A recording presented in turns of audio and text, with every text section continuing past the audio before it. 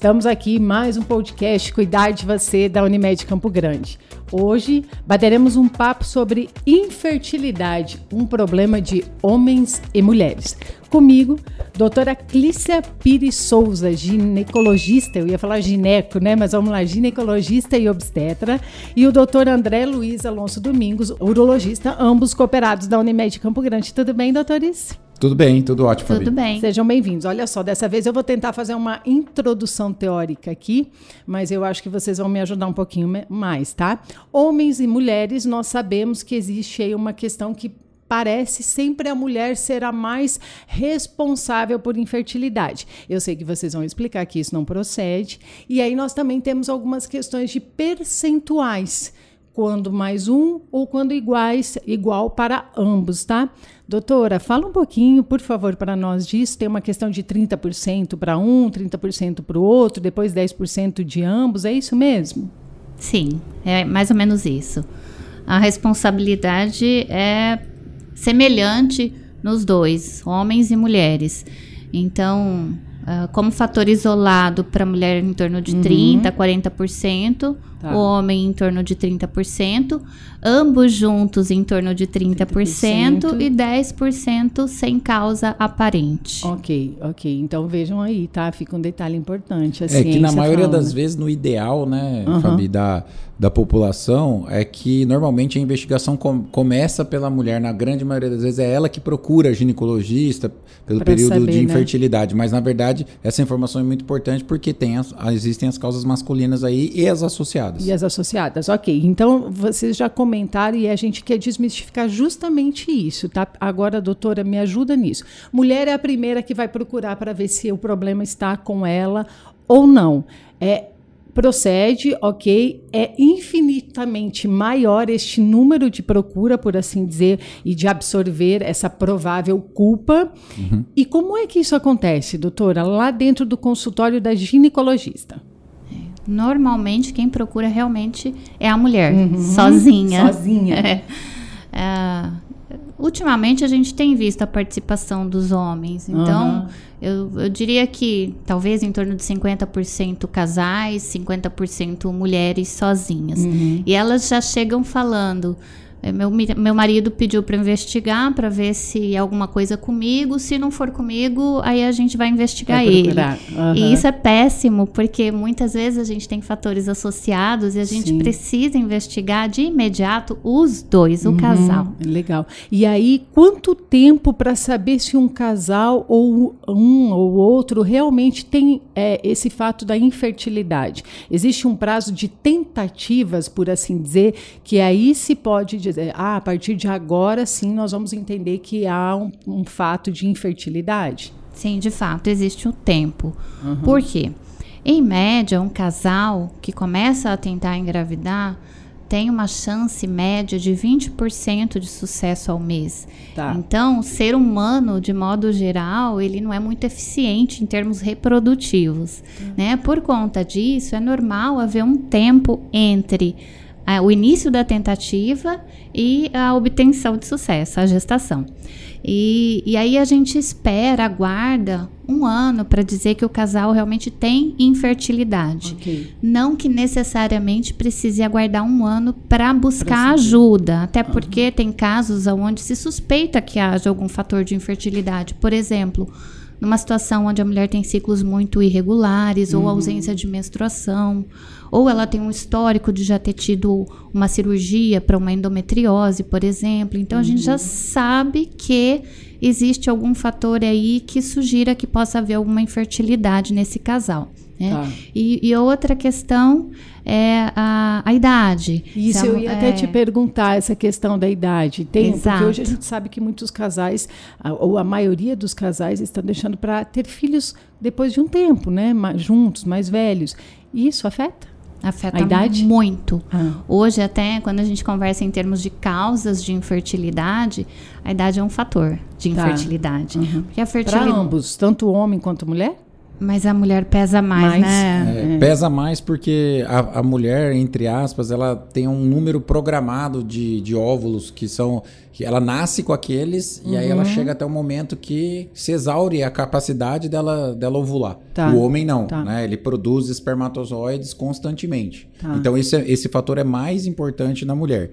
E tem um fator também que a gente considera para a idade, é que quando o casal procura e ele não consegue ter filhos e a idade da esposa já é mais avançada, principalmente próximo aos 40 anos, essa procura tem que ser mais precoce, né, Clícia? Pra gente poder intervir. É diferente de uma menina de 22 anos que não conseguiu engravidar. Você pode dar um tempo maior, agora com 40, aí a gente já sabe que isso... provavelmente a gente vai ter que atuar mais rápido. Ok. E aí, vamos voltar, porque depois, André, você comentou aqui de espermatozoide, nós vamos entrar um pouco nessa questão masculina para você tirar algumas dúvidas, mas, doutora, voltando aqui na parte mais feminina, né? Causas de infertilidade feminina, tem algumas já que vocês apontam ou isso, de fato, a senhora comentou alguma coisa de endometriose, por favor. Tem algumas causas bastante frequentes. Então, vamos começar com o fator ovulatório. Aquela mulher que não ovula. Se ela não ovular, não tem gravidez, né? Dentre as causas ovulatórias, 80% das vezes o diagnóstico é a síndrome dos ovários policísticos, a SOP.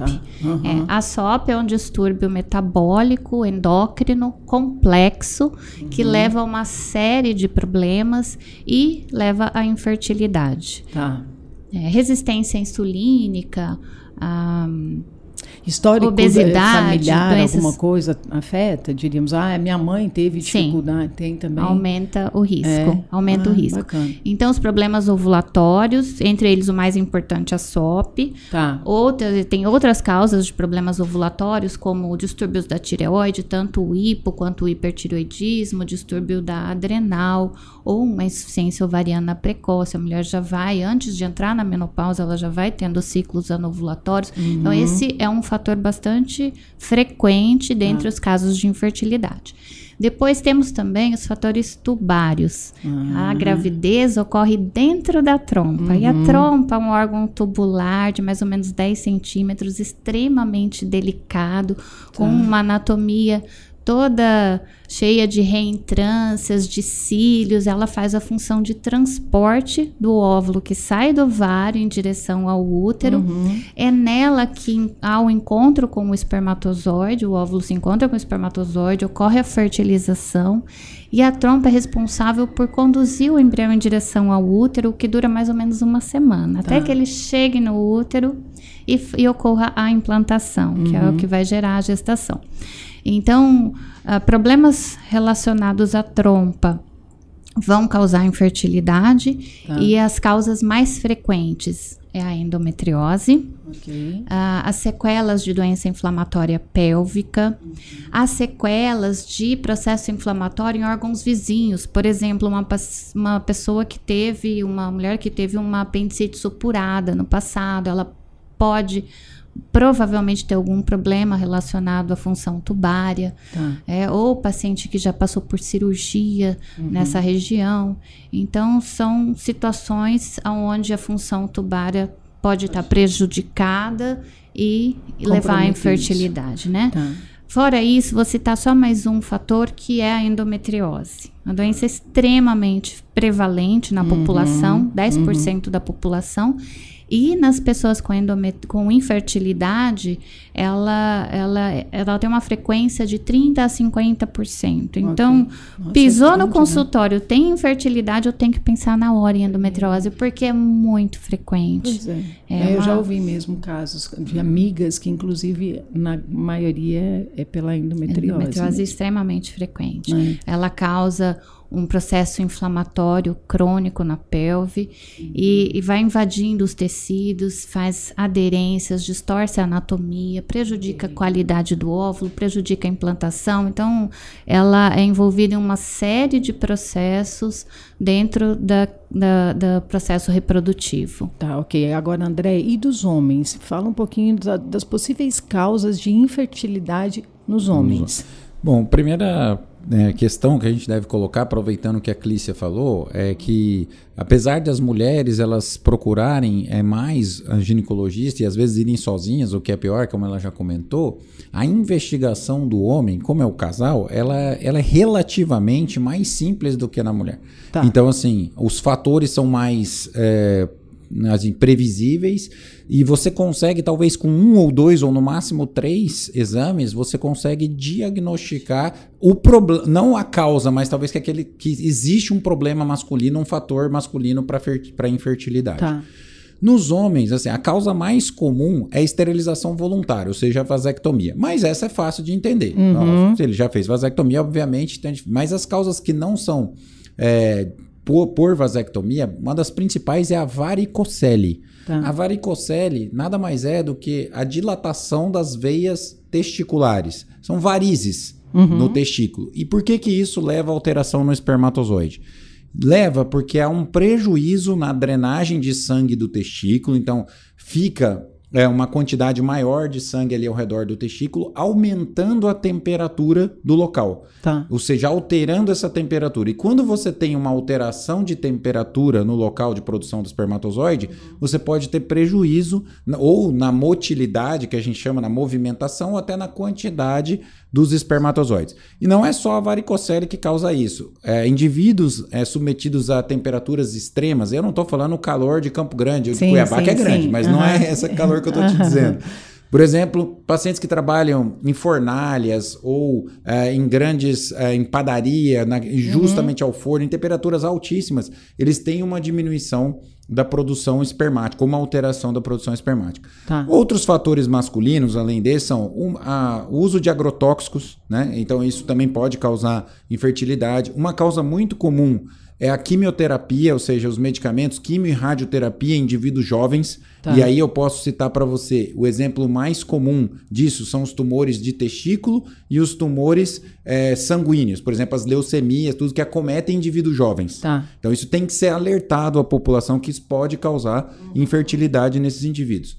Outros fatores que podem ser associados são o tabagismo, e a obesidade, e que vem aumentando muito ultimamente, que é o uso de hormônio, né? Principalmente o uso de anabolizante. Anabolizante, né? Isso interfere bastante, não interfere? Sim, porque o número de pacientes usando aumentou muito, porque hoje há uma disseminação de que o anabolizante não faz mal, que é natural tomar anabolizante, e esses pacientes usam... Que o estético fica, isso. Né? Esses pacientes, eles usam testosterona em altíssimas doses, em doses não preconizadas. E a testosterona nessas doses, você vai falar assim, mas o testosterona não é um hormônio masculino? Não deveria aumentar, né, a produção de espermatozoide? Mas não é assim. Quando esse indivíduo toma de forma exógena, ou seja, quando ele aplica ou quando ele passa gel, principalmente quando aplica, a dose de testosterona aumenta muito no indivíduo. Tá. E quando ela aumenta, ela avisa o cérebro que o cérebro não precisa mais produzir o hormônio naturalmente, não precisa mandar mais estímulo para o testículo. E aí ele para de mandar estímulo para o testículo. Então, quando ele para de mandar estímulo para o testículo, esses pacientes, normalmente eles ficam azospérmicos, que a gente chama, ou seja, eles não produzem espermatozoides. Aí você vai me perguntar, mas por quanto tempo? Mas se o paciente usar uma dose e depois não usar mais? A gente não sabe. Tem pacientes que têm uma esterilidade temporária, e alguns pacientes com poucas doses de uso de hormônio em elevadas concentrações, eles podem ficar estéreis permanentemente. Que absurdo, né? Isso teria que ser bem mais difundido ou esclarecido na cabeça dos que querem olhar realmente. Inclusive para os que prescrevem, né? Porque há muita gente prescrevendo hormônio e não avisando os pacientes dessas implicações. Dessas implicações. Então, André, lembrando, homem é mais fácil, por assim dizer, né, doutora, de ser diagnosticado infertilidade. Há uma procura sempre menor, porque primeiro sempre se busca na mulher as causas, certo?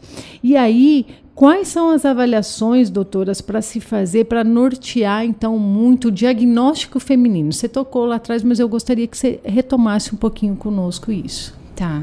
E se é que tem também esse processo, né? Não, tem, claro. Temos uma série de exames, mas que a gente resolve rapidamente. Em questão de 1 mês, 2 meses, a pessoa já fez os exames que são necessários. Então, nós vamos começar avaliando a reserva de óvulos no ovário, que, como o André falou, é uma reserva finita, né? Algumas mulheres vão acabar com o estoque mais cedo, outras são privilegiadas, elas têm um tempo de vida reprodutivo mais longo, né? E aí a gente avalia através ou de uma dosagem sanguínea de um hormônio, o hormônio antimileriano, ou através da contagem de folículos antrais no ultrassom transvaginal. Um exame super simples de fazer e dá para toda mulher, no seu segmento de rotina, solicitar que seja feita essa contagem. Além disso, a gente faz a histerossalpingografia, o exame padrão ouro, para investigar a permeabilidade da trompa e a função, se ela realmente está tendo a capacidade de expulsar o contraste. Isso significa que ela tem uma capacidade de transporte. Embora a gente não tenha o conhecimento 100% do que acontece em vivo ali em relação ao transporte do óvulo, mas dá para ter uma boa ideia de como tá as trompas. E a gente pode fazer também um controle de ovulação através do ultrassom ou uma dosagem de progesterona na segunda fase do ciclo. São exames para investigar se a mulher realmente está ovulando. Embora clinicamente a gente saiba que se a pessoa tem ciclos ovulatórios, ela tem ciclos regulares. Então, dificilmente uma mulher que menstrua todo mês de forma regular não vai ter ciclo ovulatório.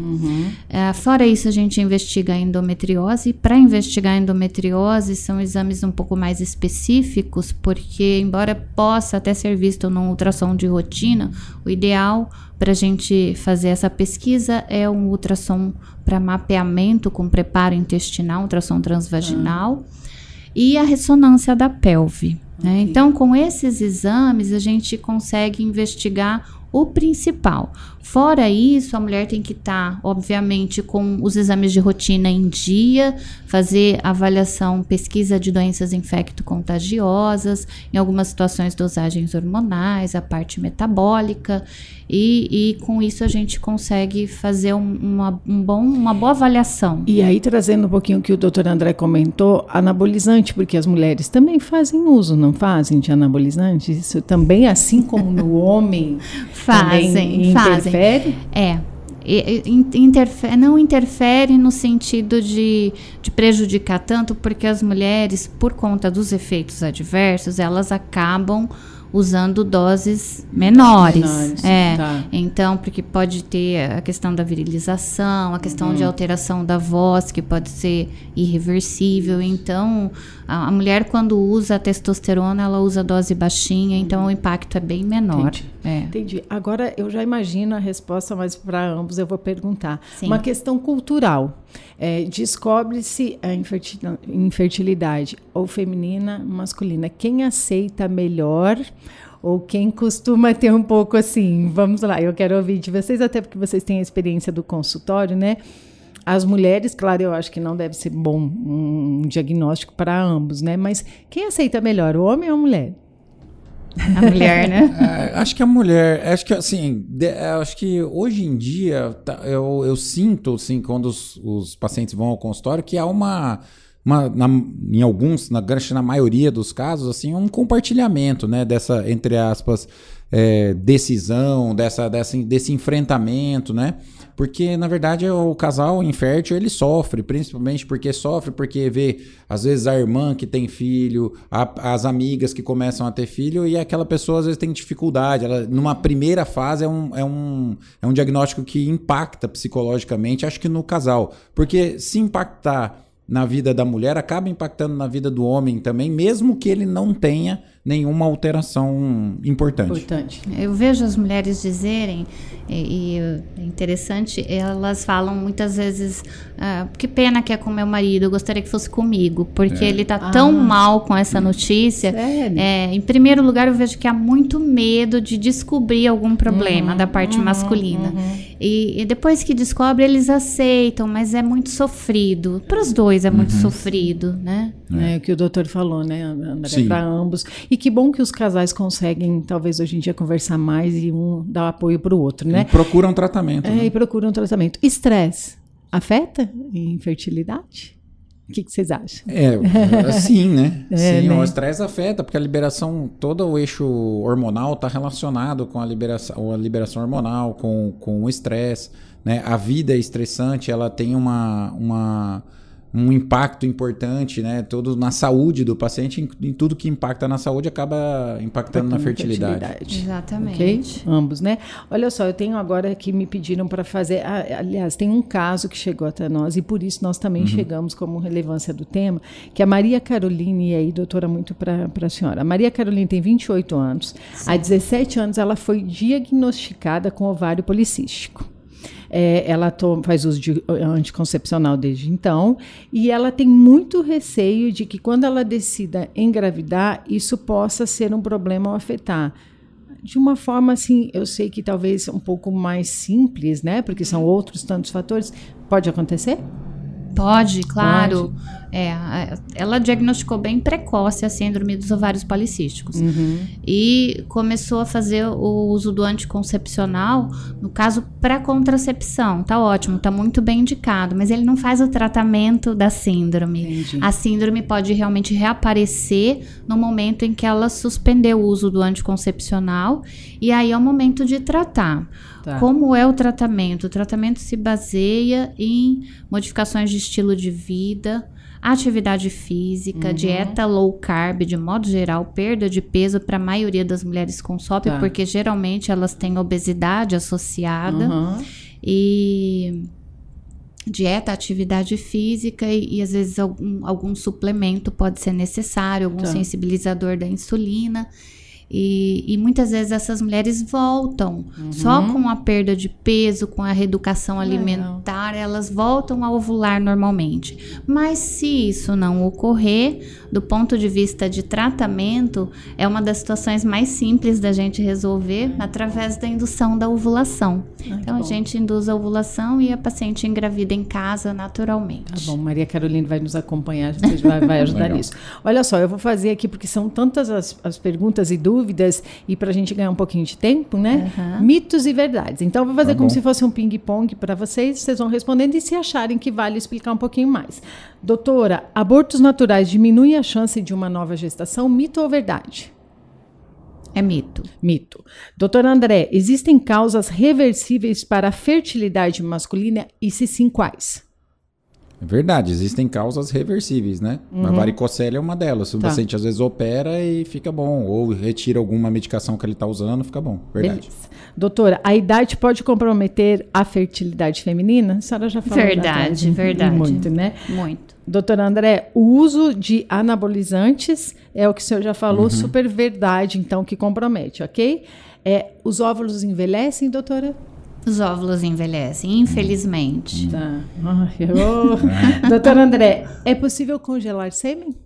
Sim, claro, né? Inclusive, como a gente comentou naquela situação, nos pacientes que vão ser submetidos a um procedimento, por exemplo, quimioterápico, que tem uma leucemia, por exemplo, eles devem ser orientados a coletar o sêmen, porque não é uma relação estrita. Fez quimioterapia, vai ficar sem o espermatozoide, mas pode acontecer e não é infrequente. Okay. Então, vale a pena congelar. Vale a pena. E até no homem que vai para vasectomia, por que não, né? Sim, é possível. Se no futuro próximo ele desejar, ele pode ter o sêmen congelado. Também é uma opção, antes da vasectomia. Beleza. Doutora, retomando aqui uma pergunta, quando deve ser oferecida a reprodução assistida?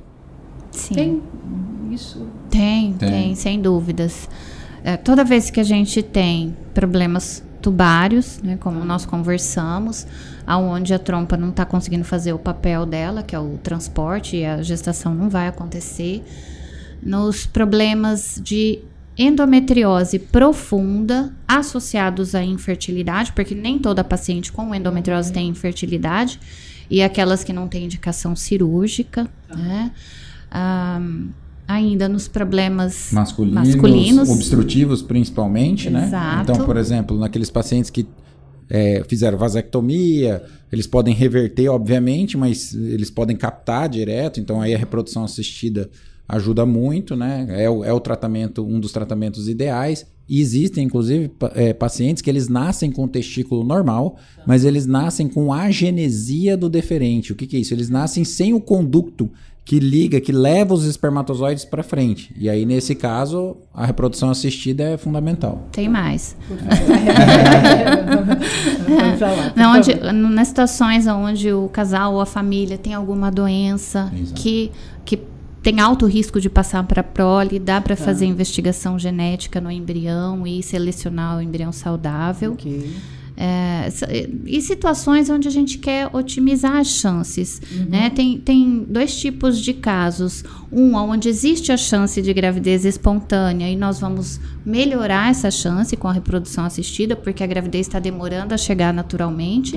E tem a outra situação onde o casal, de outra forma, não conseguiria engravidar. Né? Então, uma situação, por exemplo, onde já tem perda de óvulo ou uma obstrução completa de trompa, que a gente sabe que não tem outro jeito. Vamos lá. André, você comentou, mas vai lá. É possível reverter uma vasectomia? Sim, é possível reverter a vasectomia, porque a vasectomia nada mais é do que a ligadura desse ducto que leva o espermatozoide. A vasectomia não afeta a produção do espermatozoide. Entendi. Eles continuam sendo produzidos lá, só que eles não conseguem ser eliminados no esperma. É importante explicar que o esperma, o líquido que é eliminado, 1 a 2% só é composto por espermatozoide. O resto tudo são líquidos, proteínas e tal. Então, quando o paciente faz a vasectomia, ele ejacula normalmente, só que sem a célula que engravida. Uma possibilidade que existe é recanalizar esse ducto através de uma cirurgia. Ela é uma cirurgia mais complexa que a vasectomia. A vasectomia é um pouco mais simples, porque a gente tem que operar no microscópio, a gente tem que fazer uma conexão que a gente chama anastomose desse canalzinho sob visão microscópica. Então, é uma cirurgia mais complexa um pouquinho, mas perfeitamente factível. A indicação precisa depende muito do tempo que o paciente fez essa vasectomia, então até 10 anos, 12 anos, e principalmente da idade da esposa. Por quê? Porque se a esposa é jovem e nós temos tempo para que eles engravidem naturalmente, a gente tem uma boa chance com a reversão de vasectomia, até porque ela às vezes não quer ter uma só, ela quer ter 1, 2 ou 3 filhos, já está feito. E agora, se a esposa já está numa idade bastante avançada, onde o tempo que a gente vai levar para esse espermatozoide ficar bom não é um tempo que coloca em risco a gestação, aí é melhor fazer a reprodução assistida. Tá, ok. Gente, nosso tempo tá bacana bater papo com vocês aqui, mas o nosso tempo aqui, o pessoal já está me apontando que acabou. Doutora, quer deixar algum recado para nós em relação ao assunto que a senhora entenda que é importante, até para acalmar, de repente, quem está passando por isso ou alguém que tem alguma dúvida? Sim. Vou finalizar dizendo que a infertilidade é uma doença. Ela está presente em 15% da população, extremamente frequente. E eu acho que o recado mais importante é que a gente tem um período de fertilidade natural alta, que é entre os 20 e os 30 anos, tem que aproveitar essa fase. A gente pode adiar projetos profissionais, adiar mestrado, doutorado, MBA, ou seja o que for, mas a gravidez é um assunto mais delicado, então não perca tempo. Né? Tenta otimizar essa questão das chances, aproveitando a melhor fase para engravidar, né? Se possível. Se não for possível, procurar uma preservação de fertilidade. E outra coisa muito importante, se perceber que está demorando para chegar à gestação, procurar ajuda, não demorar para procurar ajuda. Né? Ok. Doutora André.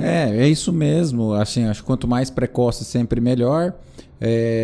Eu acho que um recado que eu poderia dar é todo casal que for ao ginecologista, eles fazem isso, na verdade, já solicitar o espermograma, que é o exame feito para investigar o homem, porque às vezes com um exame a gente já é possível suspeitar da infertilidade masculina, que no caso dos homens mantenham hábitos saudáveis, não fumem, né, preservem, evitem ao máximo possível temperaturas extremas, né, trauma no testículo, né, o que pode ser evitado. E quando isso não não puder ser evitado, principalmente como eu falei lá no caso da quimioterapia ou de alguma cirurgia testicular, alguma coisa assim, pensem na preservação seminal.